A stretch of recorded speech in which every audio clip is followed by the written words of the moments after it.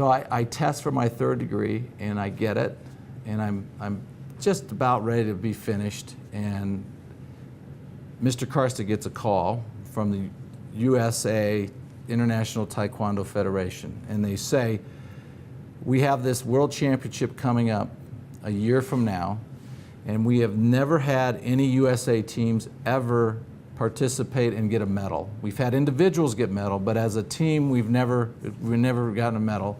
And the reason why is because we've always put the top, there's 6 guys on a team and 5 compete in each event. So we take the top 6 Taekwondo guys in the country, and we just put them together and they go compete, but they're not a team, they're individualists.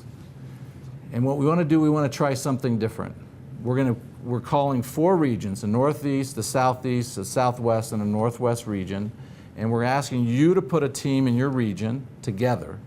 We'll have a US championship with your 4 teams and any other teams that want to compete outside of that. And when we have that championship, the winner of that championship will, at that point, be the representative of the USA and the team event. What year is that competition? This is 2003, 2004. And what year did you first start? 1991. Okay. Okay? So they called Mr. Karsta and said, we know that you have a great young son. His son was a superstar, had been on 4 or 5 US teams, had some gold medals. We'd like you to be the coach. And he said, we'll only coach if my son John will be the captain. He said, that's why we're calling you. And you will have the Southwest team.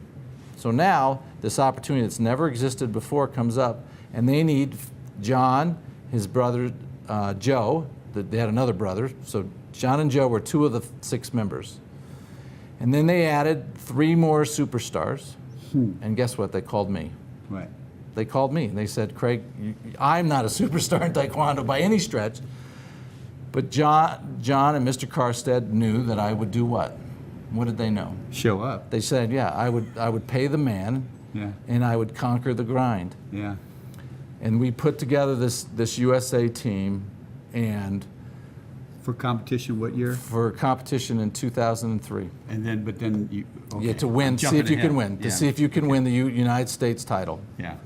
So there's 6 guys, a New Mexico gentleman, a gentleman out of Texas, West Texas, a kid from Connecticut that moved to Phoenix to be part of our team. Wow.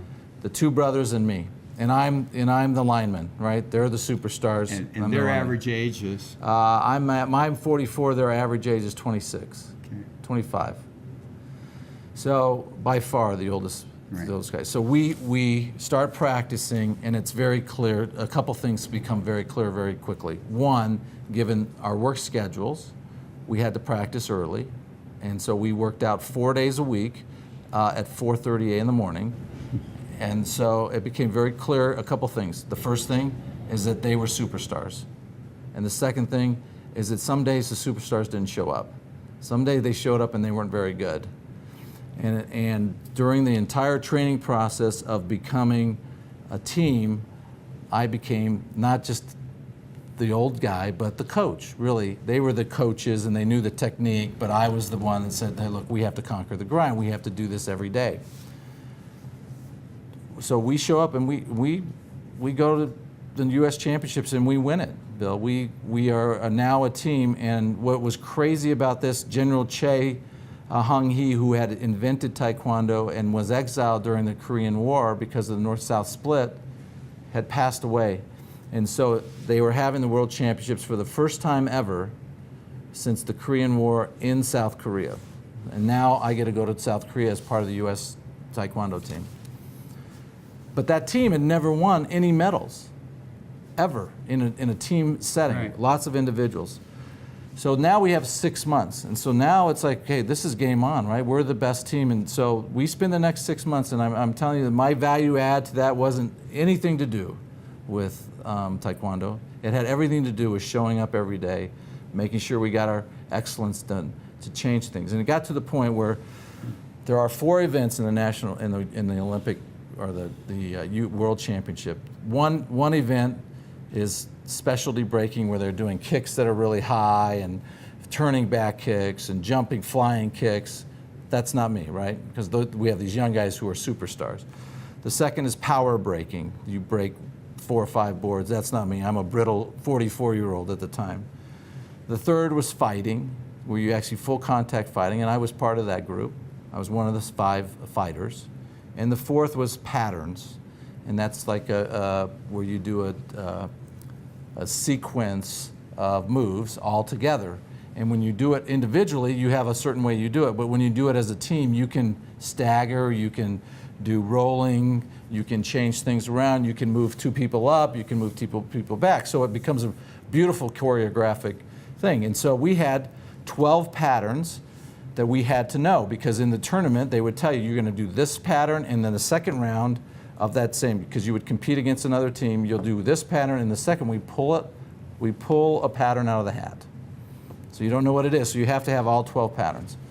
So we were within the last month getting ready to go to Korea, and we had 1 pattern left of the 12 patterns that we had not done our thing to ripple it, make it ours. And it was the very first pattern you ever learn in Taekwondo. It's called Chungji. It's 19 moves, it's heaven and earth. And nobody ever changes Chungji because it's the simplest pattern ever. And it's just something, so we're sitting there and we're going, we haven't done this. And everybody's tired and they're getting up at 4. It's been now a year, we've been training. Right. And we make the decision to ripple it, to make it really cool, and we come up with a really cool thing, and we go. We sail through the semis, and we get to the finals, and now we're in the finals. Now this is a national, this is a International. international 65 countries. Wow. Yeah. So we're you sail through the semifinals. we win. We're running. We go through the semifinals, and now we're in the finals against Japan in patterns. Just the 2 teams. Just the 2 teams. It's us versus Japan in the patterns. So they give us the 1 pattern, and we do another pattern that they pull out, and at the end of the 2 patterns, the vote, it's a tie. So now we're going into overtime, if you will. So they pull out 1 more pattern, and guess what they pull out? The last Chungji. Wow. And I said to myself immediately at that point, I said, because I always told myself in Taekwondo, and I say this now in my business, everything comes back to Chungji, right? It comes back to the basics and to conquering the grind, and guess what? We nail it. They have a Chungji, it's just all of them moving around the same move. They didn't ripple theirs, they didn't do these cool moves. You win. Our Chungji is killer. And it was like we sat there, and we have this video of us winning the world championship in patterns, okay? So in patterns, we win the first gold medal ever, and they're obviously dismayed. We then go on and we win power breaking. So we win 2 of the 4 events, which allows us then to win the overall team gold medal. So we win 2 golds and an overall in the 2004 U.S. Taekwondo, or excuse me, the International World Taekwondo Championships. And it's unbelievable. So it's a tribute to, I think, learning this lesson of how do we conquer the grind on a daily basis, and looking at people who are superstars and have this skill set. But if they don't show up and exercise that skill set, then it's not going to happen.